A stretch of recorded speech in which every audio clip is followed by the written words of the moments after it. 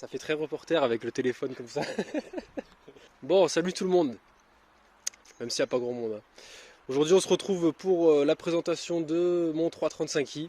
Voilà, BMW 335i E92. Petite BM que j'ai acquérie il y a quelques mois. Et le but avec cette voiture, c'est de un peu mettre la pilule sur circuit aux riches. Voilà, avec une voiture à 15 000 euros. Donc, déjà, ne vous jugez pas sur notre accoutrement, hein, parce que, bon, moyen du bord exige, hein, on a le micro sur le téléphone parce qu'on n'a pas le budget pour l'instant pour le micro-cravate. Mais voilà, j'espère que la qualité ça ira bien, on verra bien, mais voilà. Au pire, vous envoyez des dons si vous voulez plus de qualité. Donc, ce 335i, il a une petite histoire. Il faut savoir qu'en fait, c'est l'ancienne d'un pote à moi. Qu'il avait il y a 4-5 ans environ. Il a vendu à un gars il y a environ 3-4 ans. Et en fait, moi je cherchais un 335i et du coup j'ai trouvé, j'ai reconnu ce modèle là en fait sur le Bon Coin. J'ai reconnu le modèle que mon pote avait. Sur cette voiture là, avec mon collègue, on avait fait pas mal de petites modifs. Donc elle n'est pas d'origine, elle a des turbos hybrides. Elle a un gros échangeur, elle a une valve HKS. Elle a des freins de M4, enfin bref, elle a 2-3 trucs plutôt pas mal. Et elle sort 500 chevaux et 700 Nm, donc c'est pas trop dégueulasse. Elle a une bonne base moteur. Le seul truc, c'est que niveau châssis, c'est un saucisson pour l'instant. Donc voilà, là pour l'instant, on vous la présente telle qu'elle est. Mais bien cliquer, on fait un peu le tour de la voiture, comme ça on montre un peu tout le tour. En gros, elle marche plutôt bien niveau moteur, mais niveau châssis, c'est vrai que c'est pas vraiment fou quoi. Là, pour l'instant, elle est d'origine. Niveau châssis, elle a juste les freins de M4, comme j'ai dit tout à l'heure. Et le but, voilà, c'est un peu de, bon, pas de mettre la pilule, mais d'aller un peu titiller les porchistes et les voitures comme ça un peu. Enfin, voilà, les voitures un peu de riches, quoi, du haut de notre voiture à 15 000 balles. Donc c'est pour ça que cette voiture, je l'aime beaucoup parce que j'ai quand même une petite valeur sentimentale comme j'avais travaillé dessus avec mon collègue avant quand il l'avait. Je lui avais filé la main pour la prépa un peu et en plus le truc c'est que quand il l'avait, moi je faisais que baver dessus et aujourd'hui c'est moi qui l'ai donc je suis super content. Et en fait voilà le but c'est de continuer un peu le projet quoi de cette voiture. Voilà. Donc dans les grandes lignes elle a un peu ça. Elle a un pare-choc de M3 qui est bon, plus ou moins neuf. Mais bon, ça c'est pas grave, c'est un détail. Après, elle présente bien dans l'ensemble, mais c'est vrai que niveau châssis, elle a 180 000 bornes, donc il y a un peu tout qui est un peu fatigué. Mais on va corriger ça bientôt. Niveau moteur, le moteur il avait été remplacé suite à une casse, tout simplement. Il avait fait un coussinet de bielle. Mais le moteur il tourne très bien, franchement, il a aucun souci. C'est vrai que les 335i c'est assez comment dire vague au niveau de la fiabilité, c'est un peu compliqué, mais celle-là pour l'instant ça va, elle est pas trop chiante. Enfin mon pote quand il l'avait, ouais, il a été beaucoup emmerdé, mais là pour l'instant depuis que moi je l'ai, j'ai pas eu de soucis. Donc nickel. Et voilà, on va montrer un peu ce qu'il y a sous le capot du coup. Regarde sous le capot. Regarde sous le capot. Regarde sous le capot. Mais niveau hauteur c'est plutôt sympa. Voilà. Donc moi depuis que je l'ai, j'ai rien fait de plus. J'ai juste rajouté la barre anti-rapprochement, voilà, parce que je l'avais acheté. Mais voilà, dump valve HKS ici. Là, il y a un oil catch can juste ici. Bon, ça c'est rien de fou. Après, le truc, c'est que c'est une voiture turbo. Moi, je viens d'une voiture Atmo, donc je connais pas trop les. C'est vrai que les voitures turbo, genre, c'est pas trop ma tasse de thé. Mais voilà, enfin, elle a plein de trucs qui sont pas d'origine. Je me souviens plus du tout. Ça, à la base, ça va pas du tout ici. Parce qu'à la base, l'admission, elle est ici sur ce moteur-là. Enfin, là, il y a le collecteur, mais normalement, la boîte à air, elle est ici. Le vase d'expansion, il est ici. Là, enfin, tout a été déplacé pour les pièces qu'il y a eu dessus. Là, juste ici, il y a les turbos qui sont hybrides, mais ils sont derrière, on les voit pas. C'est vrai que par rapport à la B-moteur d'origine, ça ressemble pas du tout à ça d'origine, quoi. Comme les cornets qui sont là. Après voilà, c'est pareil, hein, ça se balade un peu. Bon, c'est un détail qui sera résolu, mais voilà, c'est la street, hein, comme on a dit. Oh putain, regarde ce que je viens de trouver. Ça peut pas trop en parler, bah, c'est pas grave. C'est les aléas du direct. Oh putain. Hop là, on n'a rien vu. Après au niveau de l'intérieur, vas-y Kiki, je te laisse un peu filmer l'intérieur. Le volant, Pacem avec un petit méplat en dessous, c'est sympa pour le style. Le pommeau de vitesse aussi que j'ai changé parce que celui d'origine il était un peu trop court et j'étais pas fan. Mais en vrai c'est stylé parce que genre j'aime bien changer les pommeaux parce que c'est un peu comme les téléphones, dès que tu changes ta coque, t'as l'impression d'avoir un nouveau téléphone. Et bah je trouve qu'avec les voitures c'est un peu pareil dès que tu changes ton pommeau de vitesse. Bref. Fou hein, elle a un ciel de toit noir qui tombe, parce que c'est une BM, c'est normal. Après à l'arrière elle est vidée. Donc ça restera comme ça parce que c'est une voiture de course maintenant.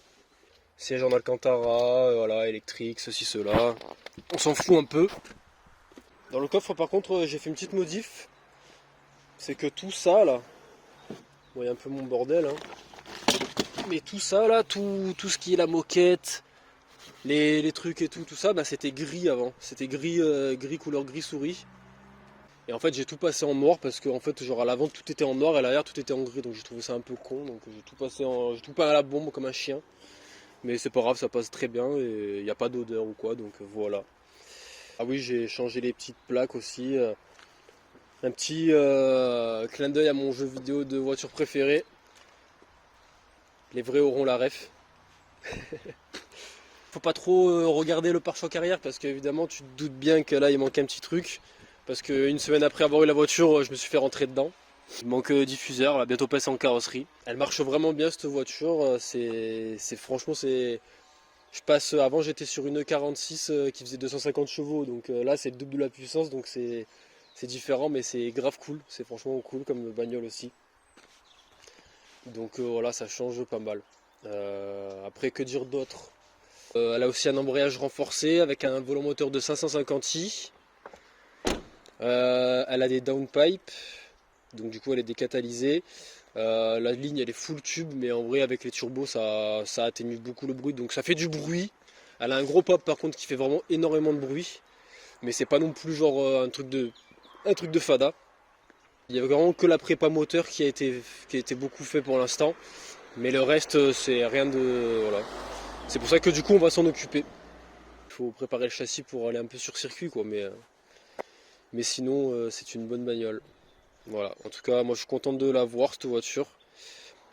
Comme je disais avant, j'étais sur une 46 et j'ai pas mal modifié la voiture et tout. Enfin, je suis parti d'une voiture de base et j'en fais quasiment tout dessus. Et du coup, bah, c'est pour ça que maintenant le nouveau projet c'est de me lancer sur celle-là. Donc c'est différent, c'est plus cher, c'est plus long, c'est plus dur, mais c'est mieux. Enfin c'est mieux. C'est une autre voiture quoi. Donc le moteur il a que 100 000 km et quelques parce que comme je l'ai dit, il a été changé. Il est en bon état. Il n'a pas une pète de fuite ou quoi, donc ça c'est cool. Je pense qu'on a fait le tour au niveau de la présentation de la voiture. De toute façon ça va vite, hein, c'est pas non plus. On va avoir beaucoup de boulot. Mais ça on le garde pour une prochaine fois. Voilà. Ah oui, j'ai aussi passé les coques de rétro en noir. Bon, il faut pas regarder trop de près, mais vas-y regarde quand même de près parce que au moins voilà, avec une peinture un peu douteuse, mais c'est pas grave, de loin ça se voit pas trop. Et voilà. Ah putain oui aussi. En vrai, genre je crois que si le nouveau proprio il voit cette vidéo, enfin l'ancien proprio de la voiture, s'il voit cette vidéo, je crois qu'il va me tuer. Mais depuis que je l'ai la voiture, je l'ai saccagée. Mais même sans le faire exprès. Bon, je me suis fait rentrer dedans du coup à l'arrière. J'ai cassé le pare-brise aussi. Parce que comment il s'appelle? Là, j'ai cassé le pare-brise. Tu savais pas? J'ai cassé le pare-brise en voulant remettre le. En fait, j'essayais de remettre le. Parce que j'avais le rétroviseur à l'intérieur et il marchait pas. Enfin, il était cassé. Du coup, j'en ai racheté un. J'ai voulu le reclipser. Et en le reclipsant, pam, j'ai fissuré le. Voilà. Donc ça. Enfin, je l'avant que j'ai cassé aussi, genre 10 minutes après avoir acheté la bagnole. Mais bon, c'est pas grave. C'est pas grave, ça sera réparé dans les règles de l'art. Voilà. Bon bah voilà, je crois qu'on a fait le tour en tout cas. Je pense que maintenant le mieux c'est d'aller faire un petit tour. On va démarrer la voiture en cas Kéké, tu te mets derrière, comme ça je mets un petit coup de démarrage. Et puis comme ça tu fais écouter le bruit à nos jeunes téléspectateurs.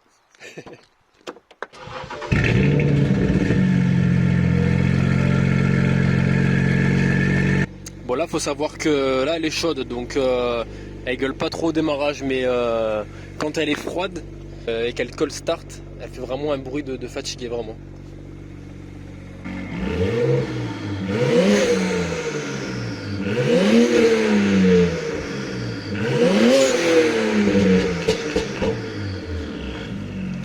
Ah, j'ai plus d'oreilles.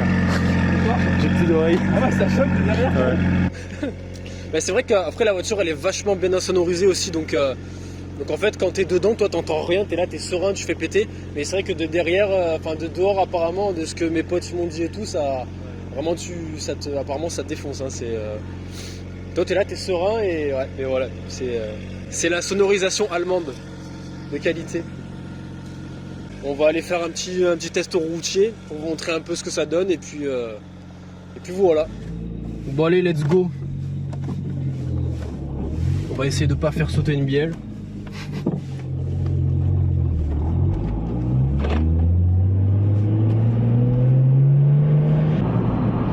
Ah oui, il y a un truc aussi que j'ai pas précisé tout à l'heure.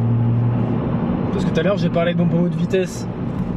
Mais j'ai pas parlé aussi du coup, bon je pense que vous l'avez remarqué depuis maintenant, mais c'est une boîte manuelle, tu vois, genre tu peux faire ça, tu vois. Parce que nous, on est des hommes, tu vois, donc on a une boîte mécanique pour les hommes, tu vois. C'est pareil, tu roules en boîte auto, pour moi, enfin, boîte auto c'est fait pour la voiture de tous les jours, à la limite, tu vois. Ça n'a rien à faire dans une voiture sportive, quoi. Alors ouais, tu me diras, ouais, c'est plus efficace et tout, mais t'as plus de sensations avec ça, c'est beaucoup mieux, quoi. Et puis c'est plus dur aussi, parce que ça demande plus de contrôle, tu vois, plus de maîtrise et tout. Tous ceux qui roulent en boîte auto, c'est pas grave, hein, si vous n'arrivez pas à rouler en boîte manuelle, les gars, je vous en veux pas. Et je parlerai pas mal de vous non plus.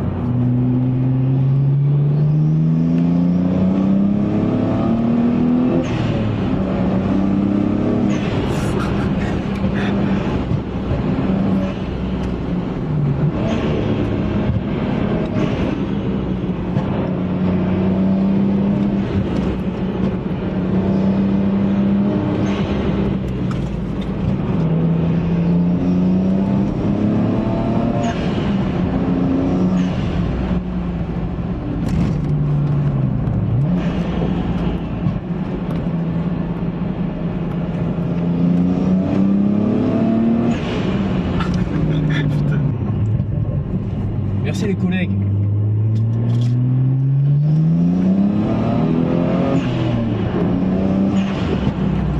Celui-là aussi a un resserrement.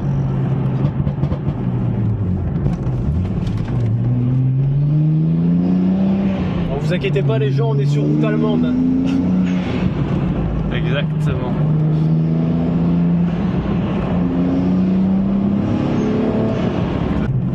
Voilà, comme ça quoi. Voilà, bon en gros pour résumer, ça marche bien. En vrai moi je sens que la voiture elle a un bon potentiel au niveau châssis. Mais il faut l'améliorer parce que vraiment d'origine le châssis c'est un saucisson. Genre la barre anti-roulis à l'arrière d'origine elle fait, je crois qu'elle est aussi grosse que mon doigt. Donc enfin bref. De base c'est une bonne routière mais elle est quand même assez vive. Moi je trouve qu'elle a une bonne direction et tout.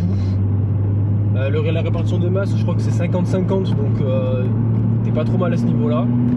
Faut juste voilà mettre des bons amortisseurs, des bons cylindres blocs, des bons machins et il y a moyen de faire un truc, hein. Franchement c'est pas mal, c'est une bonne base. Sachant que le moteur en plus, le N54, bon attention hein, c'est un moteur pour les hommes, hein, faut pas avoir peur quand t'achètes ça, tu vois. Mais c'est un moteur qui se prépare vachement bien et facilement. Après voilà, la fiabilité c'est tangent quoi, voilà, c'est un peu compliqué parfois. Mais nous on vient de la street donc on n'a pas peur, tu vois. Alors après moi le truc c'est que genre moi c'est pas mon délire d'acheter un peu des voitures qui sont déjà toutes prêtes, toutes faites, genre avec lesquelles, enfin des vrais, entre guillemets des vrais sportifs, c'est pas trop mon délire. Moi je préfère acheter une voiture genre éclatée au sol à la base et que je monte moi-même, que j'améliore et tout, et plus ça plutôt que d'acheter une voiture qu'un mec il a déjà tout fait par exemple, ou que là celle-là encore voilà le moteur a déjà été fait. Bon j'ai un peu participé mais en vrai après voilà, c'est surtout par une valeur sentimentale que j'avais à cette voiture, c'est pour ça que je l'ai acheté. Mais mon ancienne 46, je l'ai acheté 1200 balles. C'était une merguez qui faisait 160 chevaux et elle servait à aller à la déchetterie, à tracter des trucs, je crois. Enfin, le mec, il s'en servait qu'à faire ça, il m'avait dit. Et au final, j'en ai fait une voiture. Bon, c'était pas un missile, hein, mais elle marchait vraiment pas mal pour ce que c'était à la base. J'ai refait le moteur, enfin, j'avais fait plein de trucs. Peut-être que j'y reviendrai une prochaine fois en cas. Mais voilà, moi, je préfère acheter une voiture qui n'est pas sportive à la base et un peu choquer les riches un peu, tu vois, qui achètent des grosses voitures et tout, enfin. Et puis voilà, non, après moi c'est mon kiff, moi je suis mécano aussi, donc voilà, moi je préfère monter ma voiture moi-même. Je suis pas le genre de gars qui achète une voiture et qui la garde 4 mois et qui la revend pour se faire des thunes, quoi. Moi une voiture je l'achète, je la garde, je compte pas la revendre quand je l'achète. J'en fais ce que je veux, j'ai pas peur de mettre des sous dedans parce que c'est mon plaisir.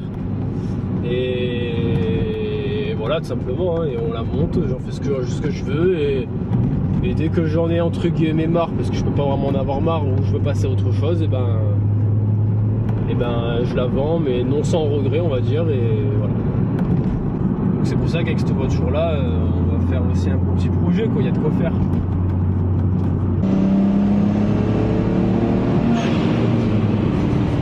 C'est tellement ouf parce que comme c'est un biturbo, en fait t'as de la longe tout le long en fait. C'est pas comme genre les caisses qui ont un gros turbo là qui sert à rien, que le turbo il se déclenche à 5000 tours jusqu'à 7000, que ça te fume tes pneus. Et non, là en fait ça te fait une poussée, mais genre c'est linéaire en fait, et du coup c'est vachement cool parce que en fait tu gardes du contrôle. C'est pas genre débile en fait. Où ça patine jusqu'à je sais pas quoi, tu vois. Ça,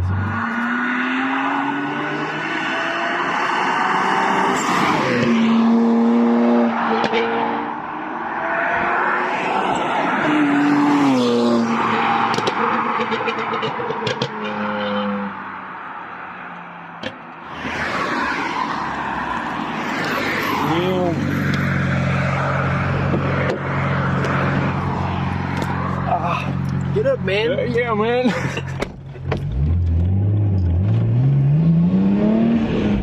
C'est du taxi GTA.